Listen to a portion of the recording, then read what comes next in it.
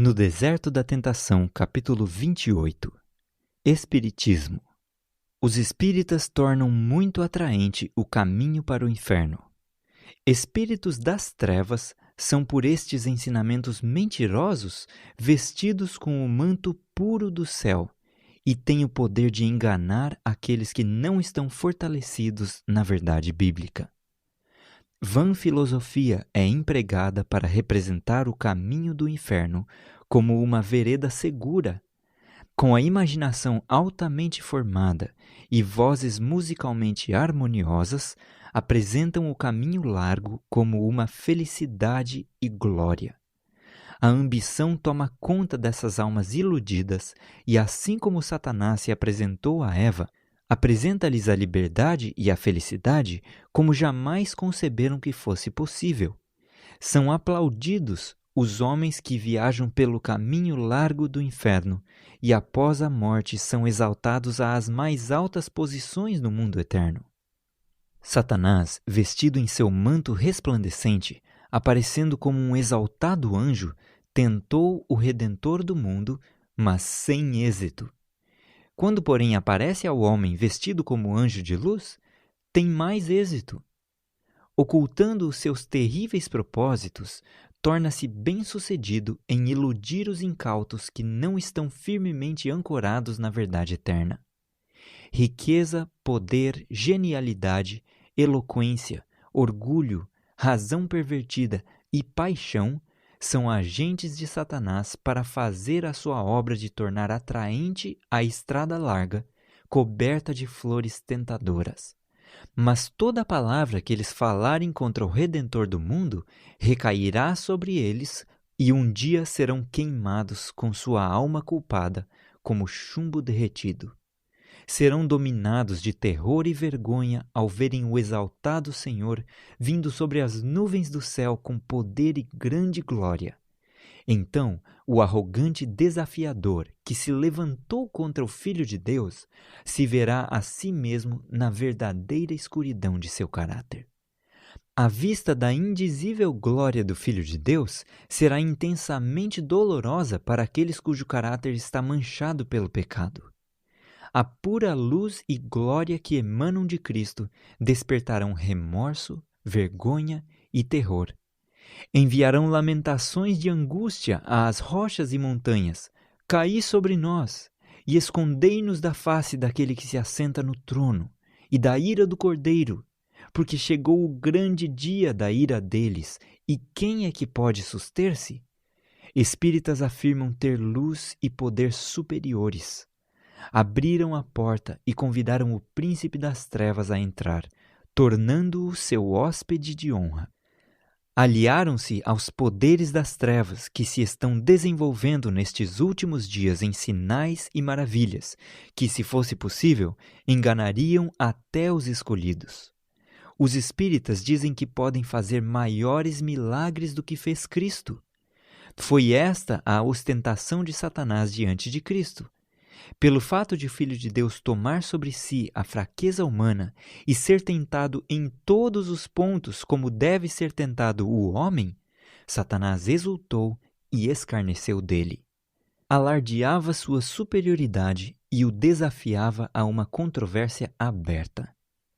Os espíritas estão aumentando em número. Aproximam-se das pessoas que têm a verdade, como Satanás veio a Cristo, tentando-as a manifestar o seu poder, a fazer milagres e a dar evidências de que são seres favorecidos por Deus e um povo que tem a verdade.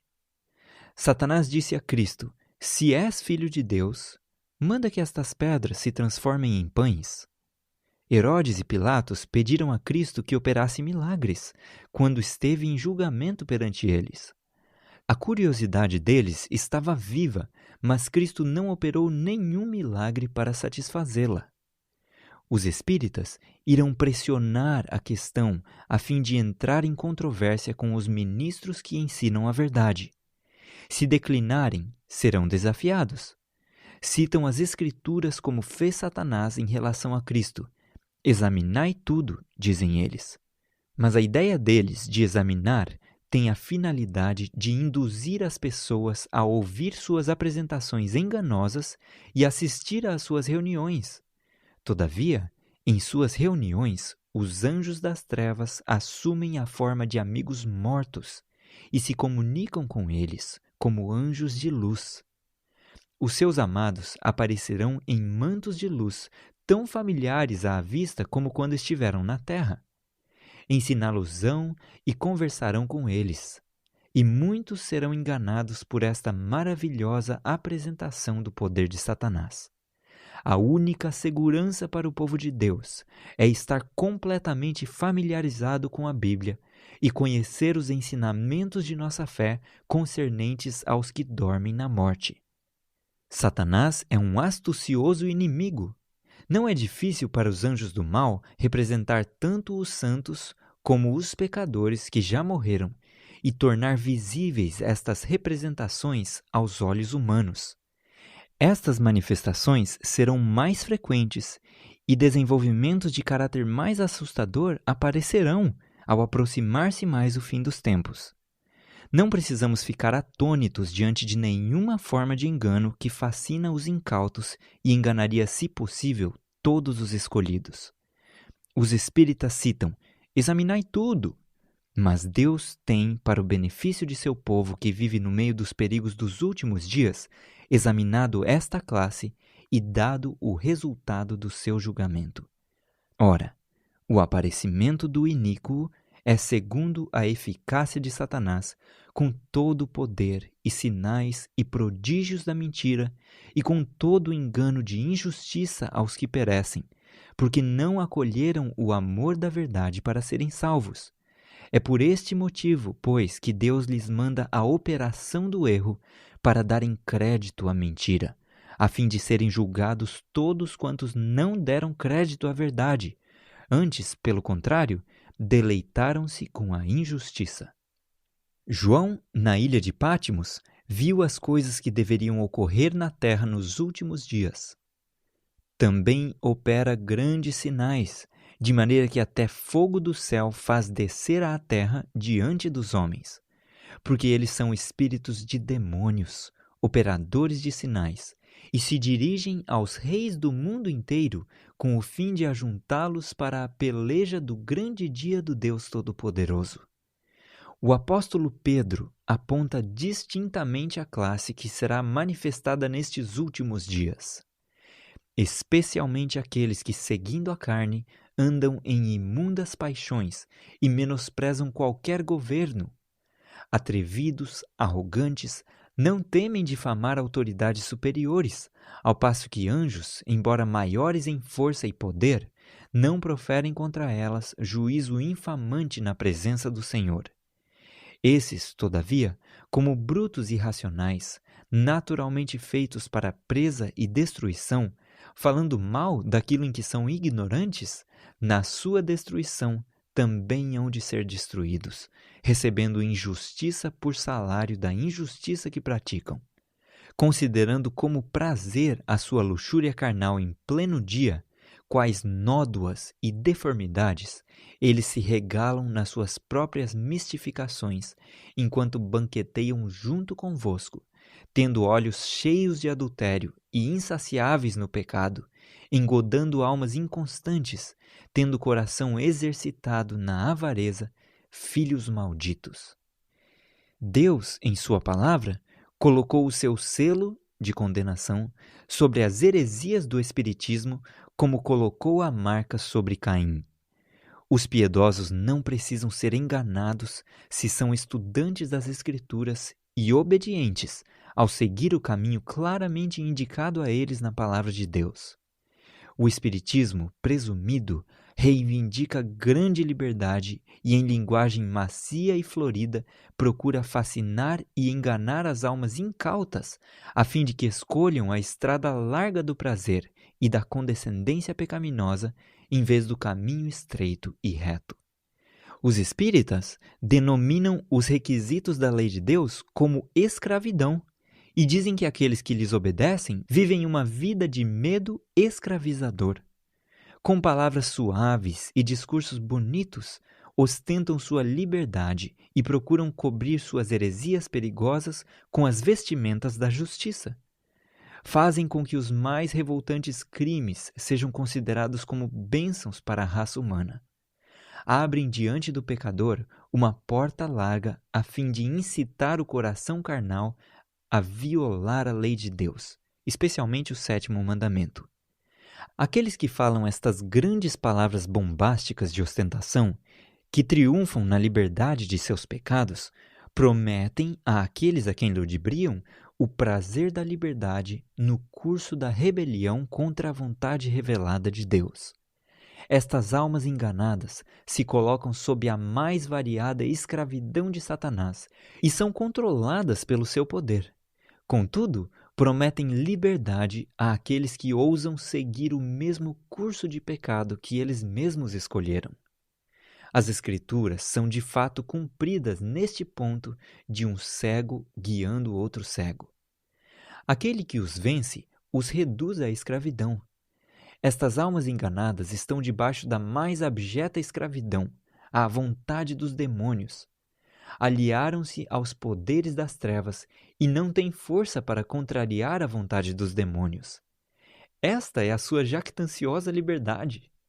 Por meio de Satanás são vencidos e postos sob servidão, e aqueles a quem prometem grande liberdade são enganados e se tornam escravos desesperançados do pecado e de Satanás. Não devemos assistir às suas reuniões e muito menos nossos pastores devem entrar em controvérsia com eles. Pertencem àquela classe específica à qual não devemos convidar para nossa casa nem saudá-los. Temos de comparar os seus ensinos com a vontade revelada de Deus. Não nos devemos empenhar numa investigação do Espiritismo. Deus já investigou isto por nós e nos diz definitivamente que é uma classe que se levantará nos últimos dias, negando a Cristo que os comprou com o seu próprio sangue. O caráter dos espíritas é descrito tão plenamente que não precisamos ser enganados por eles.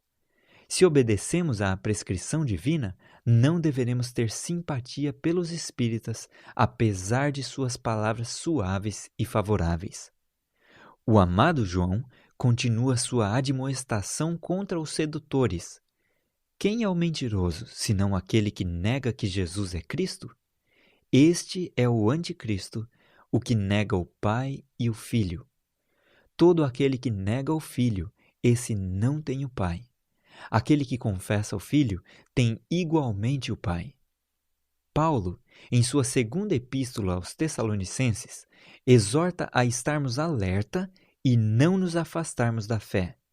Ele está falando da vinda de Cristo como um evento que ocorrerá imediatamente após o trabalho de Satanás por intermédio do Espiritismo, nas seguintes palavras: Ora, o aparecimento do iníquo é segundo a eficácia de Satanás, com todo o poder e sinais e prodígios da mentira, e com todo o engano da injustiça aos que perecem, porque não acolheram o amor da verdade para serem salvos.